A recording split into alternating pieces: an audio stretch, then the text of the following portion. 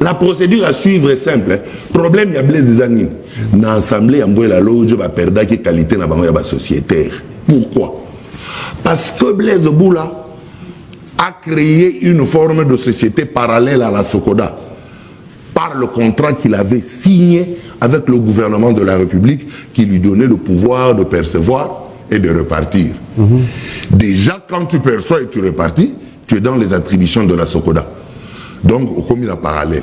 Or, la loi ne veut pas qu'il y ait deux. Donc, il y a bomi déjà. Ouais. Donc, merci. Ah, papa. Moi, matière est ça.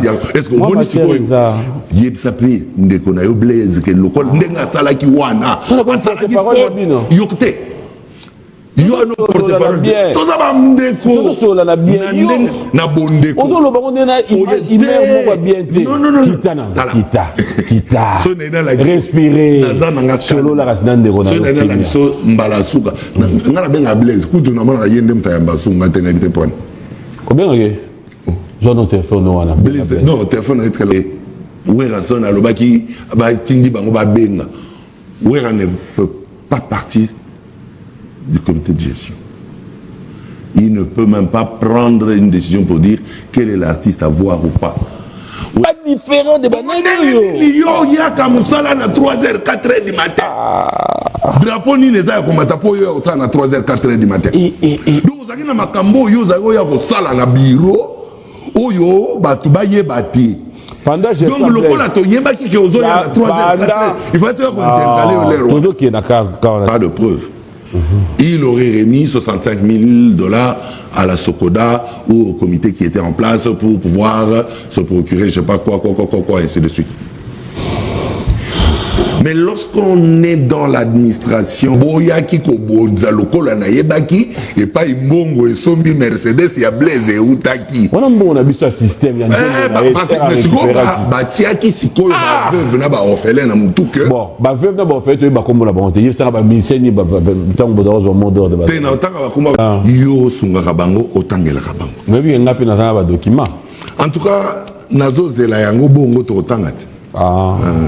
Opesa ngape o wana na tanga ponga pe na kopesa pe o yuyo otanga amen kutu l'air na kokenda na tikeli yo yango bongo mukolo ba olinga ta contradictoire menga na olinga de bongo ke to bengi uninga vandia wa yo po vandia poser yo na le bien na kotikela yo bongo soko ba olinga contradictoire oyebisika ngai kadima mukolo tel oya na oya lisusu yo na nzemoni oya ngai na composa oza nzembo nini te na ebite ozotuna o na produisa oza na nzembo nini naza na banzembo na produisa o nazali éditeur wana ya ba musicien kasi ngai éditeur oza nzembo nini ngai nde éditeur OK prêt à répondre à toutes nos questions en tout cas yo tuna kanga na bando yebso nazala prêt à répondre à toutes nos questions en tout cas tuna lisusu la me répondre. Bienvenue dans cette émission fidèles téléspectateurs, ne vous en faites pas, nous aurons deux tranches. C'est la première.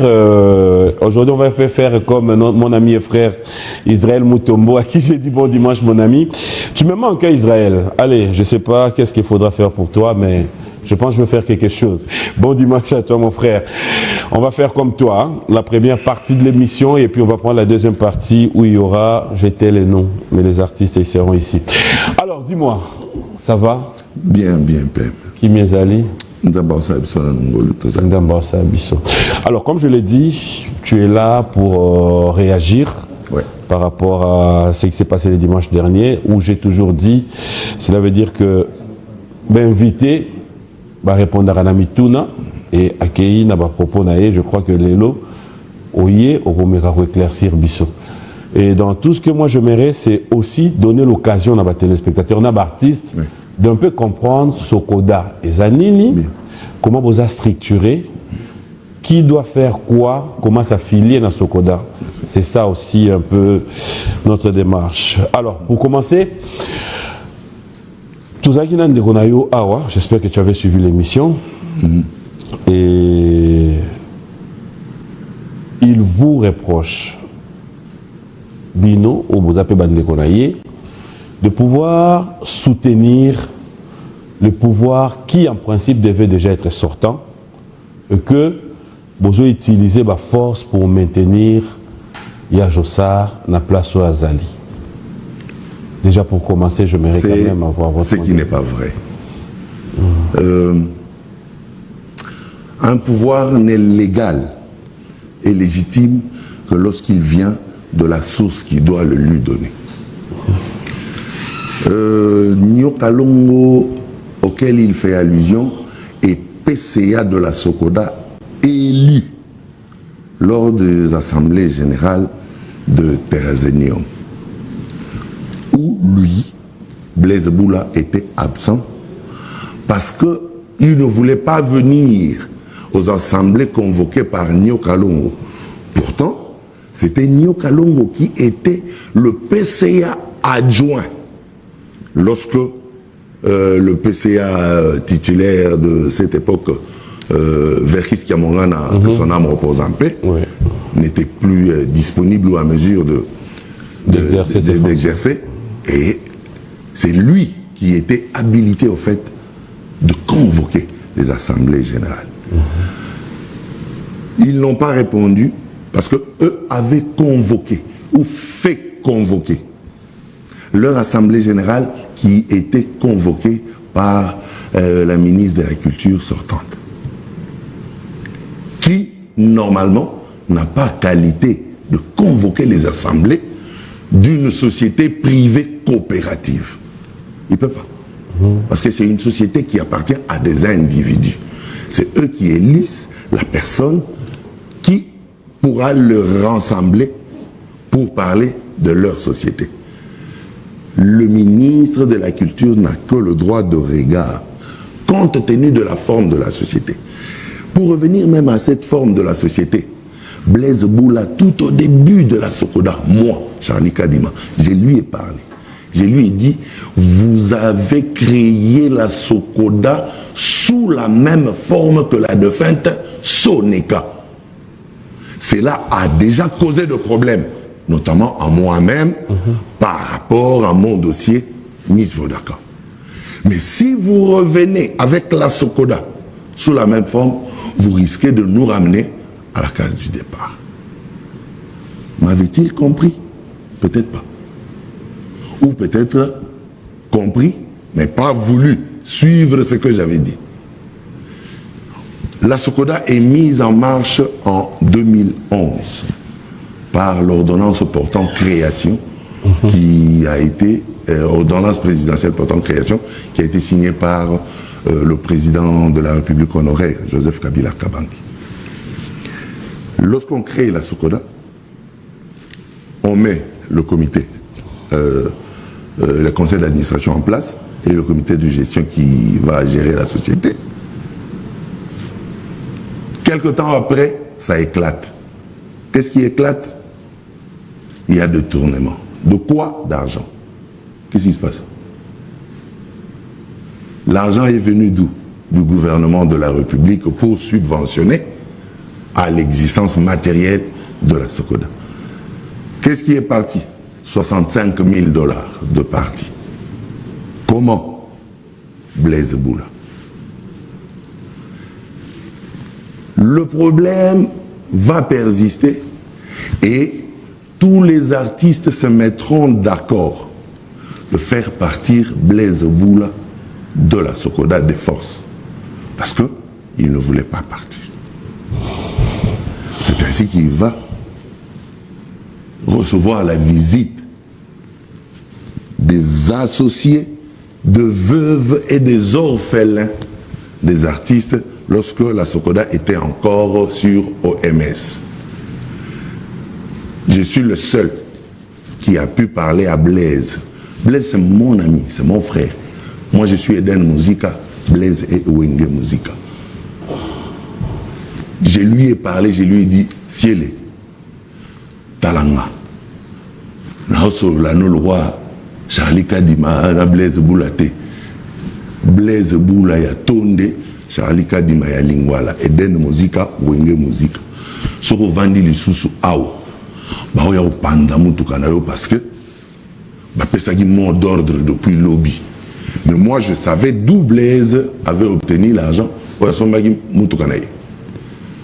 Mais pour les 65 000, que lui, normalement, a récupéré à la source parce qu'il aurait, moi, j'utilise le conditionnel parce que j'en avais pas de preuve.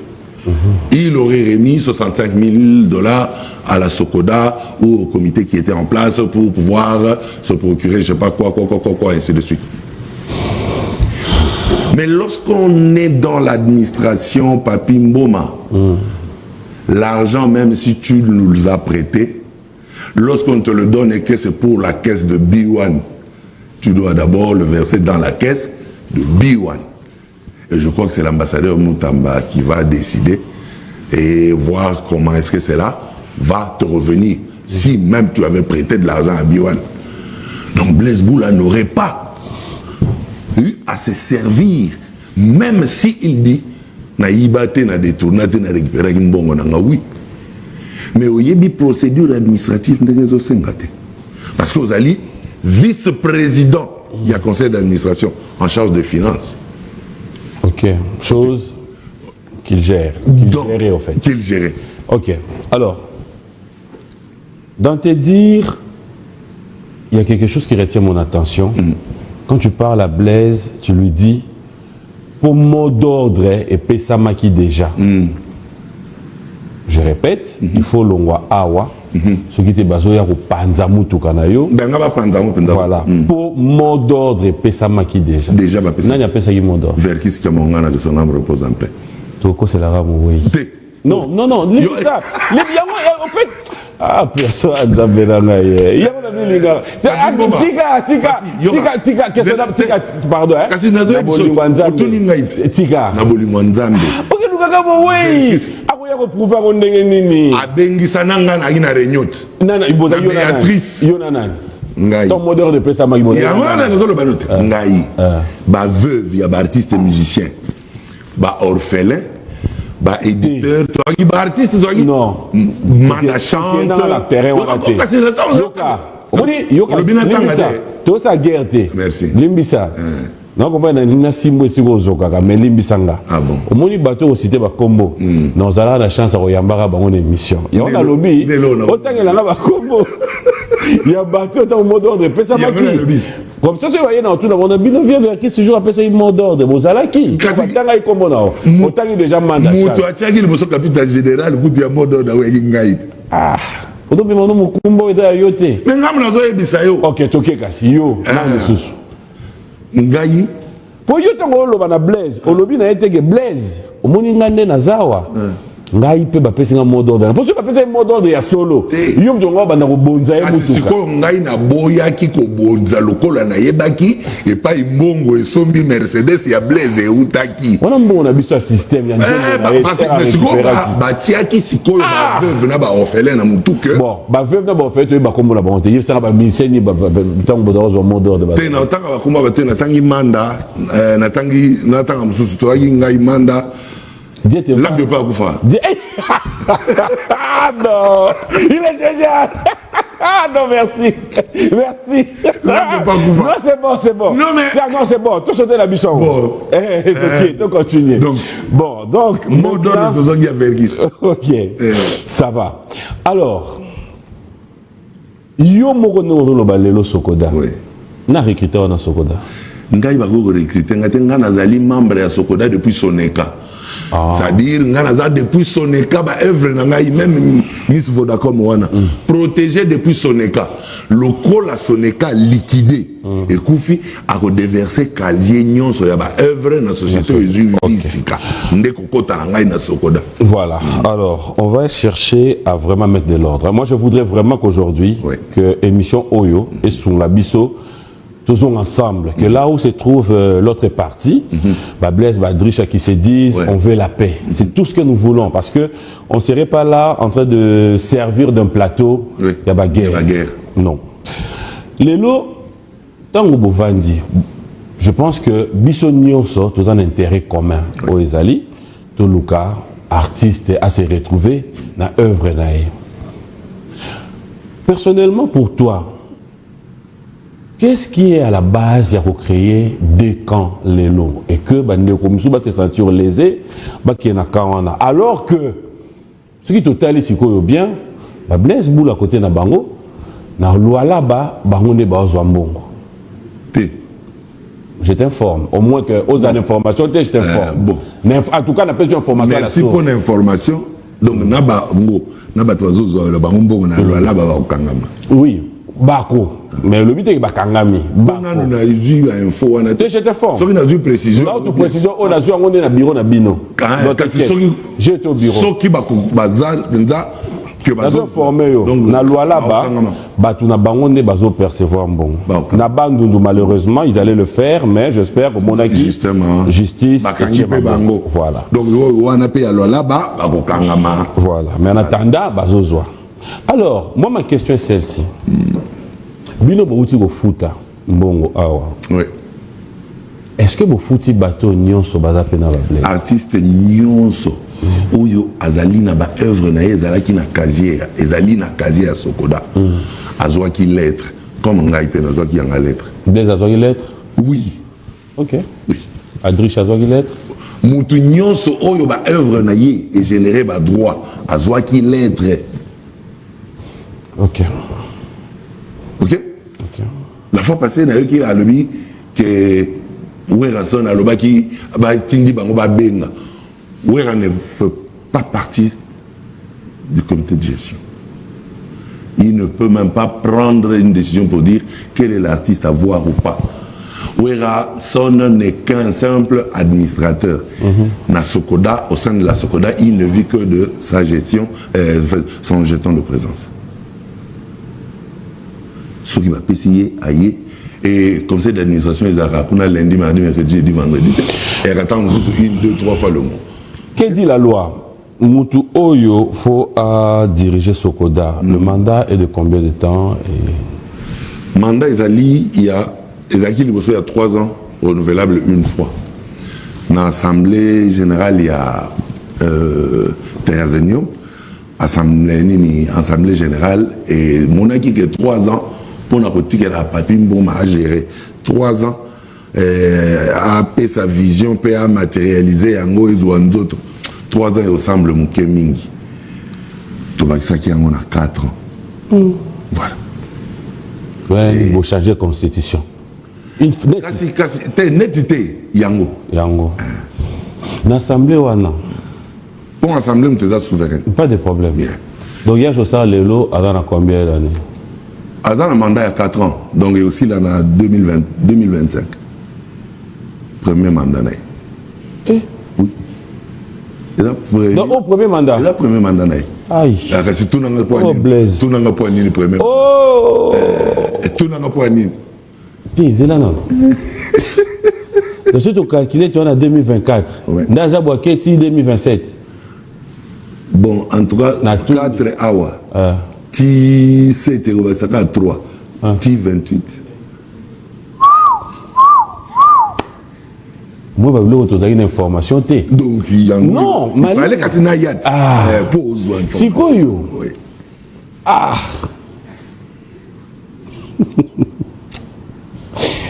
Non, mon Blaise Boula, là, vous avez TV, vous avez raisonné dans le nini. Blaise, bien inspiration. Dans le bien, mon frère. Oui. Même si dans le baraquet mutuango za mtema ba lukaka combattre bino yebisanga isiko. Quand Blaise nous dit qu'en principe il y a Jossar mandat na et silaki oyo ya zobeta lisolo wana ezali oyo verkis kia monga nazalaki PCA azoko buka conseil d'administration wana mobimba na batu baagi na kati alingi lisuko yoka ta lisolo na bangote pona nini pour bazali bato yo ba betsa qui est kuna o ba buskila qui il ne veut même plus sentir personne. Oh. Ah oui. Bon mutu moteur mabe na yeda ka ya bato ngasi koyo yango na lo bano papi mboma. En fait moi ce qui me fait mal c'est que tu tout ni lelo ba document il y a bon tout ça to ben on est Sokoda 2 équipe wana Sokoda DT bon to ben on est ba Blaise Boula na baninga na ye to ben on est Blaise Boula na baninga na ye. Oh non. Mais bon, ça fait le bureau. Sokoda ezamoko. Ah papa. Est-ce que vous avez dit que vous avez biwan so pienganda ko na te bureau na ko kuma pinda Sokoda? Ngai. Non, bakangi place wana ezabiwan. Yo kuma Sokoda ne. Wana kutu pa le trisme émission na yo. Na osenga na PCA nyoka longo mvula.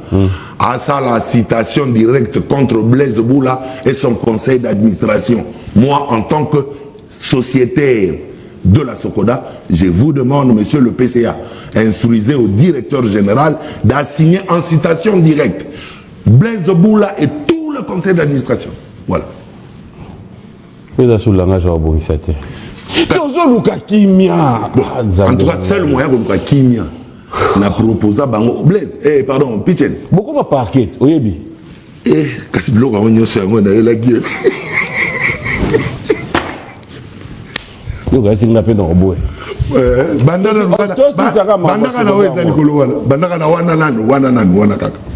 Pourquoi vous avez ça vous préparé déjà? Non. Et donc, vous préparé au joint à bon temps. Procès verbal de l'Assemblée générale ordinaire de la Sokoda du 25 septembre 2021. Est-ce que vous avez Blaise Bazali tête? Kasinde yango wana o tuzo landati. Mais yango bango ba olinga te. Bango bazolanda te. Pona nini bango mutu bakomi kolinga to fanda to solo la bango mutu baki na position de force. Bazaki ko mona ke bako imposer biso parce que nous n'avons suivi que la procédure administrative. Mais Blaise nous a ramené, malheureusement je laissais ça. Blaise, je pense que tu as suivi l'émission. Blaise nous a ramené le dernier rencontre à ministre et d'un chef de l'État. Il y a un conseil de ministres, ouais, conseil, voilà. Il nous a ramené ça. C'était très bien stipulé. C'est un rapport. Il y a conseil de ministres. Oui. Et lors de ce conseil de ministres, il a été juste demandé au ministre mais il y a moyen de Kimia Lissousou. Ils allaient quitter parce que Azaki déjà n'a signé une lettre pour instruire aux banques de refuser la signature d'un directeur général nommé par le conseil d'administration au détriment d'un directeur général révoqué par le même conseil d'administration. Pourquoi imaginez on est? En fait, si je comprends bien, vous voulez maintenant dire que il y a une entente, c'est-à-dire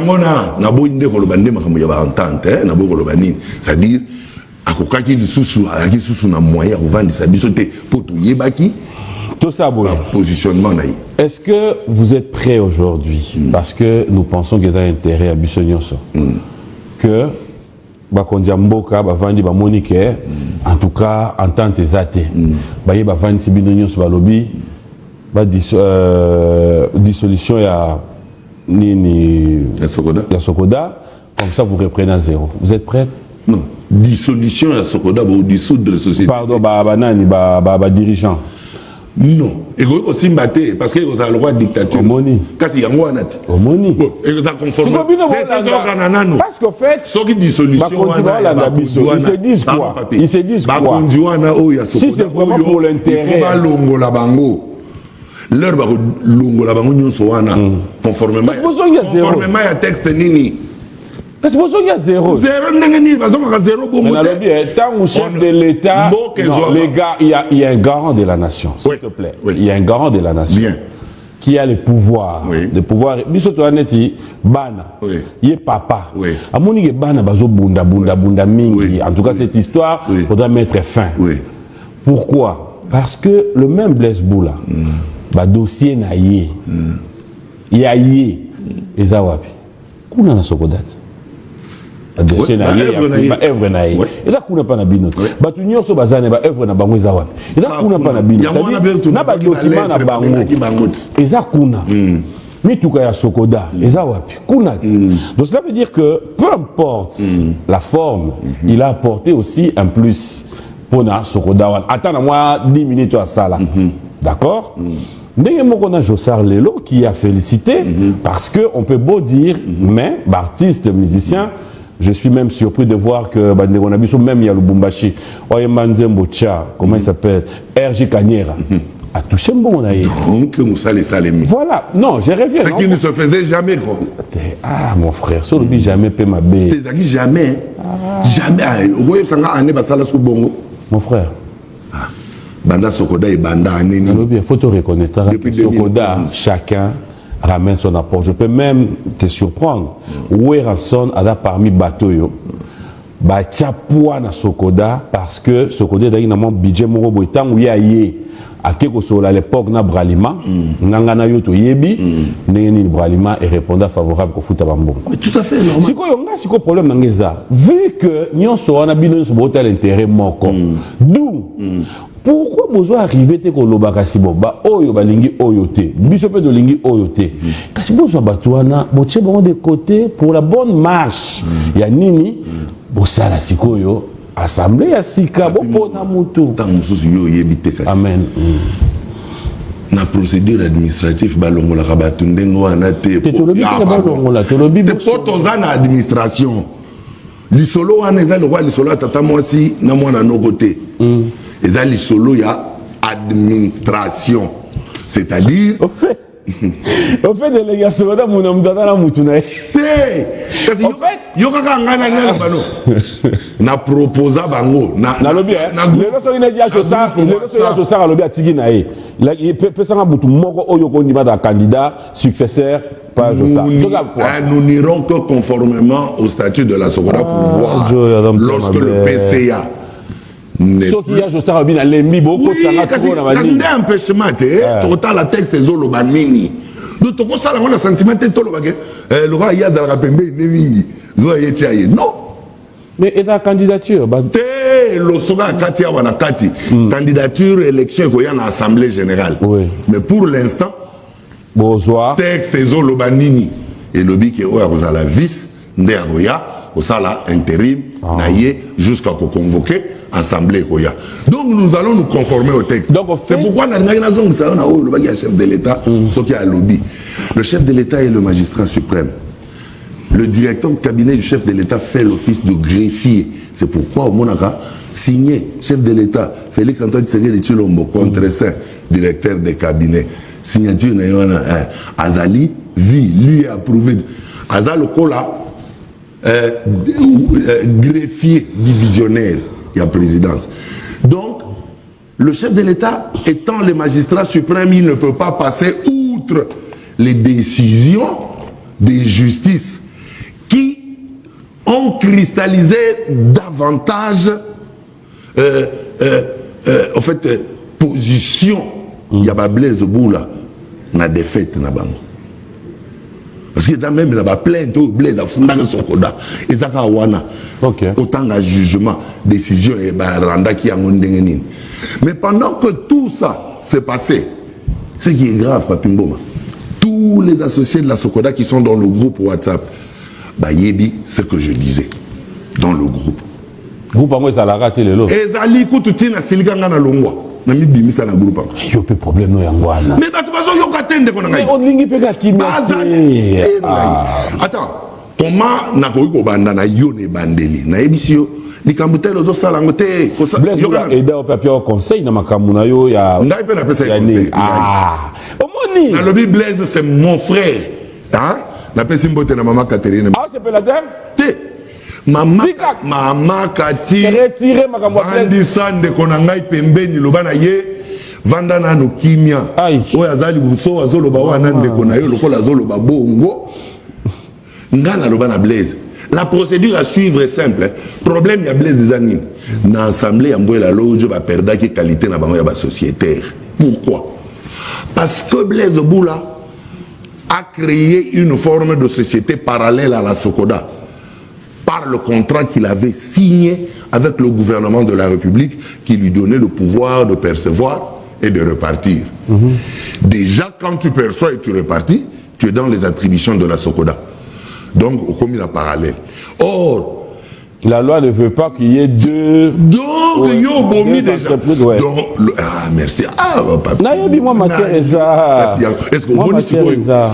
Yeb sapé, ndeko na yo Blaise que lokol ndenga sala ki wana. Asala ki yokte. yo no porte-parole bien toza ba ndeko toza la bien na bondeko ozo ba on na imer moko bien te kita respirer solo la rasina ndeko na lokini so mbala suka ngana benga Blaise kutu na mona yende mtayamba sunga tena bite pone ko benga ke jo no téléphone no wana Blaise non téléphone est la voiture to pe so ngo benga non est la voiture mais na benga ke to va na yo na téléphone o ki na voiture te za na téléphone Boz le téléphone dans la voiture. Voilà. En fait, laissons maintenant, on va. Laissons ce côté-là. Na Eozana Litomba, par exemple. On fera pas juste. La loi ne permet pas. Parallélisme wana. Ils ont un monopole dans la société moko. Donc, à commettre qui déjà mbeba, où ils ont considéré le rôle à une faute lourde. Et ils ont dit que c'est une assemblée générale à apprécier. Assemblée générale, il faut que l'on la banque dans Sokoda. La soirée. Justement, local assemblée générale, n'a yo na olobano, nazaki na salle, mais na tombola le beau côté. Manda chante à la salle, Manda Boui pour voter à Bimi Libanda. Moi j'avais compris que à Boui, Kobo Mamoutunae, il y a clan Wenge à participer. Il peut bien que dans la salle, n'a pas le beau côté. Mais la majorité de l'Assemblée générale a adopté que Balongo la bango qualité associée. Azagi est mon 5. Mais quand tu reconnais que en réalité, tant que la Blaise va idée que Moutuka wana sommeil nambongo ki moyibi ya Sokoda et que toi consciemment tu comprends que makambo kani seza ya ngote yango na lobaki ne kimat non okoyebi c'est kimate non mon frère kasi telemela pe bandeko oyo bozali bango loba non bozo mikosa kasi fale nanu na longola ye bongo na yebisa bango boyebisa nanu ngai mutu koyo asombi na mbongo ya Sokoda ndenge nini jour des ordres de Salami $350,000 oui jour des ordres de Salami na siège à Sokoda oyo ça m'a na ba 3h 4h yo comment yo na heure kasi na bino ngaza ki parmi ba commanditaire ozaki parmi ba 3h yo ka ko so yo ba 3h 4h tamsunga na betaki siffler pour ba oya 4h 5h ba ya yango na olobano et le kola na yebaki ndenge nini ezaki planifié c'est pourquoi na lobaki ne ciel regarde-moi dans les yeux frère même si tu as l'assurance aluminium pour ta bagnole on va la cabosser tout de suite et la SONAS prendra 10 ans pour te payer avant que vous ayez un sous longola ngoko ta démarrer les ratalinga ya comprendre que mwana mai alobananga en tant que mwana mai à côté de démarrer car nza alongo a comment na au commandement. Et na commandement comment ça s'appelle la justice anga viré kana kwebo 207 mi balé plein. Mais comment vous montez kuna ba R1 mais na lobby ba vous n'êtes pas différent de banani yo ya kamusala na 3h 4h du matin drapeau ni les a komata po yo ça na 3h 4h du matin donc zaki na makambo yo za yo ya ko sala na bureau oyo batu ba yebati. Donc le col a tourné qui est aux zones à 3h, 4h. Il faut être intercalé au l'air. Tout qui est d'accord. Pendant que ce soit Blaise, au liate. Na liate. Nzamba omonao. Pendant gestion ya Blaise.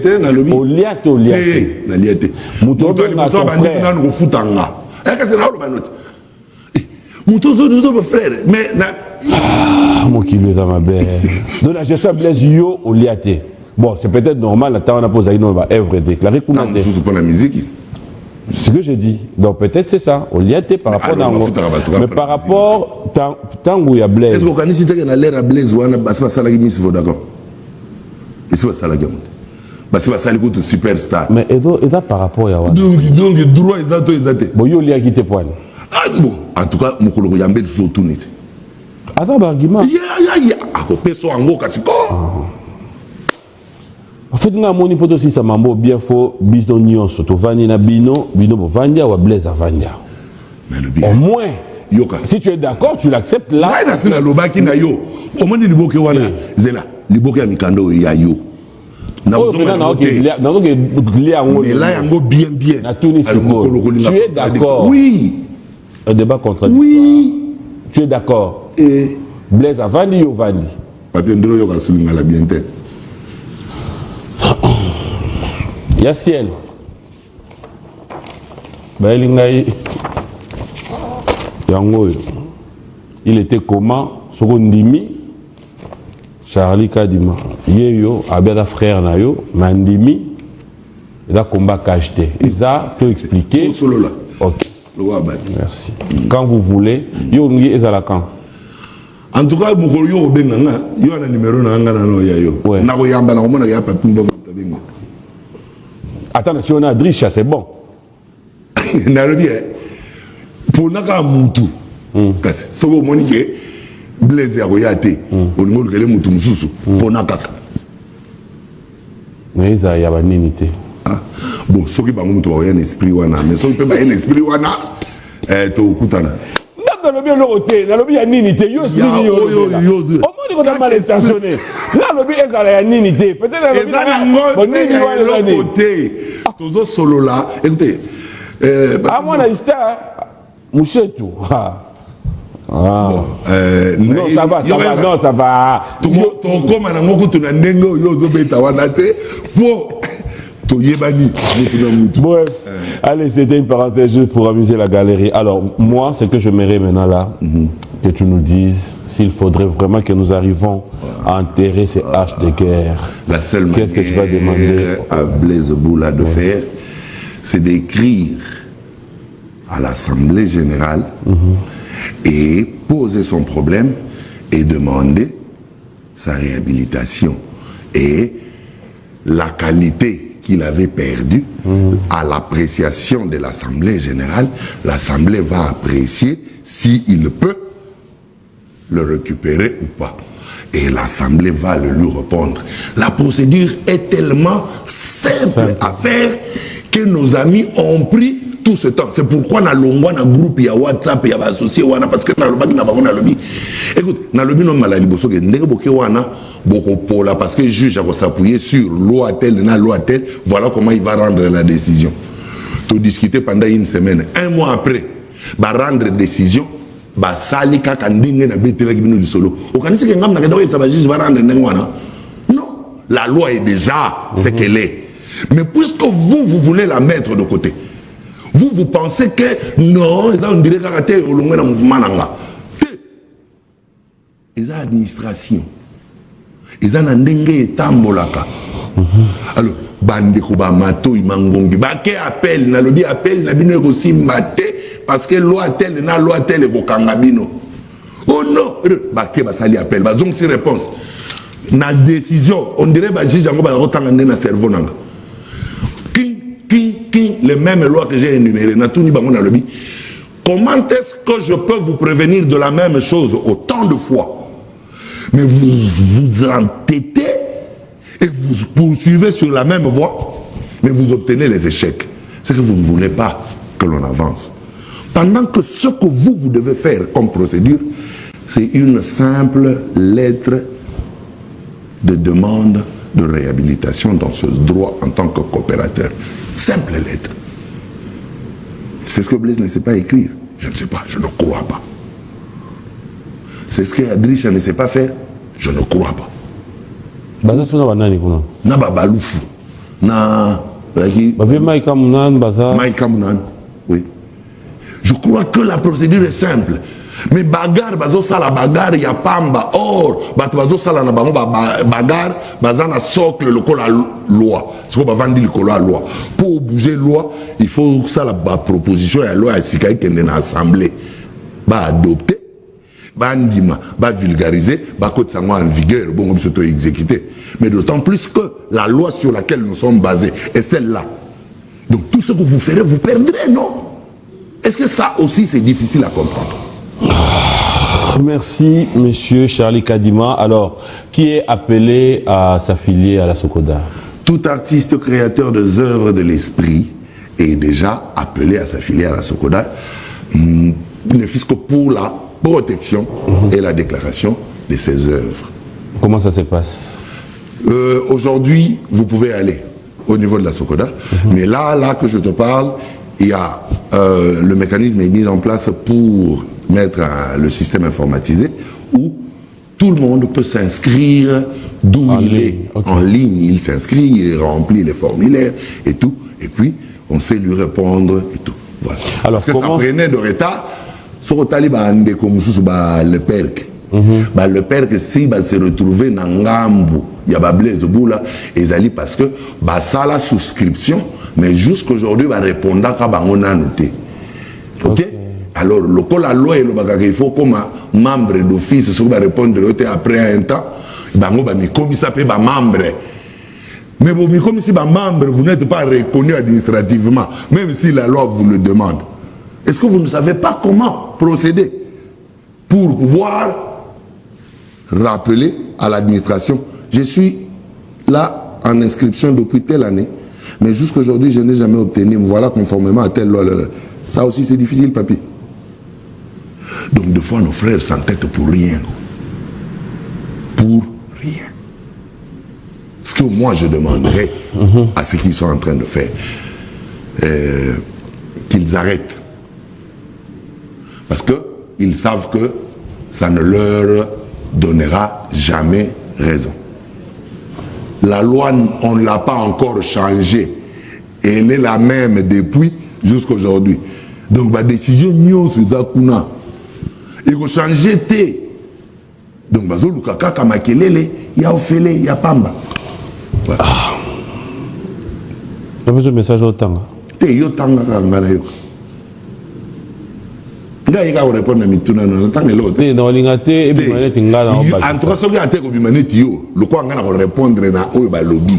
Et monsieur, on dirait que les sous n'ont pas on avait banque terre. Tout si ça n'a pas eu pardon. Mais n'attends pas. Bonjour, monsieur Papi Mboma.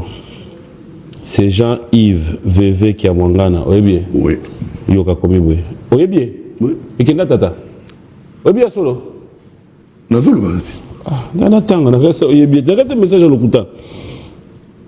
frère, bonjour, monsieur Papi Mboma. C'est Jean-Yves VV qui a Mwangana, administrateur de la Sokoda, Blaise Boula. Bonne précision. Il y a un Blaise Boula et consort. Il y a un administrateur. Il y a un consort. Ah, ok. Administrateur de la Sokoda, Blaise Boula. Nalingi naleka dimanche prochain pour démentir le kuta oyo monsieur Charlie Azali Koloba. S'il te plaît, je vais vous apporter de preuves que Azali Kokosa. Bon, en tout cas, na eloko liboso nazo yebisa nanu ye Jean-Yves VV qui a Mwangana héritier. Mais au moins il va comme ici administrateur élu dans l'Assemblée générale wana oya musée national oya créer des ordres réunions soyo. Comment moi na ya mutu oya azali associé pour ayer kolanda ba droit ya tata na ye beaucoup de CP na associé à la société sur quelle base? Ils se sont conformés à quel texte? Pardon. Donc ndeko kia mongana lala pongi pardon. Asa nini? Alala. Abia éditeur, associé. Édition VV. Et combien d'émissions à téléphone? Édition VV. Pardon. Merci. Il y a tout qui bon, Nego. Non. 10 ans, il y a Biwa de musique. Biso a valo image. Togo Bonzela, Togo Sala. Oh, merci. USB musical, il y a Manda Chante, il y a album Je suis, Naya Jean Goubal, il y a album Norme. Oh. Oezali, Moussa Nabiso. Voilà. C'est le premier cadeau en direct. Donc, Badro est au Kota Wabao Benganga Finance Wakati. Ah. C'est en tant qu'éditeur. Aïe. Le rôle avait vécu à Mwangan. Moi, je te dis merci, mais en tout cas, c'est comme je l'ai dit, Toseki, Toselio, Sobo Salamé, en tout cas, nos téléspectateurs, nos bisso, nos mboka, nos bisso, tout ce que nous voudrions, c'est vraiment qu'il y ait la paix. Quand le Blaise, c'est vraiment ton frère. Ça, la procédure, on a Sengi Bango, comme l'Assemblée générale. Où union se base au salaire, depuis base au salaire, nous avons sa résultat, tous les témoins est-ce que Babandi, que ceux qui va continuer, les sous-sondés, va avoir gain de cause? Parce qu'on n'a pas encore changé. Mais si c'est ton frère, pourquoi tu l'appelles pas carrément beaucoup Tout ça, solo là, chaque jour, on a la blaise. En tout cas, depuis Kaka Nabandigo, et comment il m'a cambié Chaka Kongo, Malasuka to solo na matanga Chaka Kongo. Na bengi na lobi et bien Chaka et Oumeli. Dis nous vous allez proche à ministre, vous ne pensez pas qu'il peut y avoir quelque chose qui peut être en fait. Nazo s'il sa réunion moko, Nazo rappelé yo. Ok, d'accord. Mais il y a rappelé comme d'habitude. Merci. Ok, na bokimia. Kimia et B1 Music ezala. Merci. Na bomo imolai. Koba ngate na ozongelo. Sala. Na ozongelo. Pesa batunya sombote na Sokoda. Na pesi bino sombote na Sokoda. Kobanda na PC ya Nyokalongo Mvula, directeur général Joe Mondonga, et équipe Mobimba ya Sokoda. Voilà. Et puis na pesi mbote na ministre na ngai Sekula Bouema CC depuis Kim. Donc bana borev nyonso mbote na bino yangwana. Voilà. Allez, fidèles téléspectateurs, nous allons abonnez-vous. Abonnez-vous massivement sur Idiofa News TV. Idiofa News TV. Faites comme El Salsero, président de la nation Salsa. Connectez-vous sur Idiofa News TV. Idiofa News TV.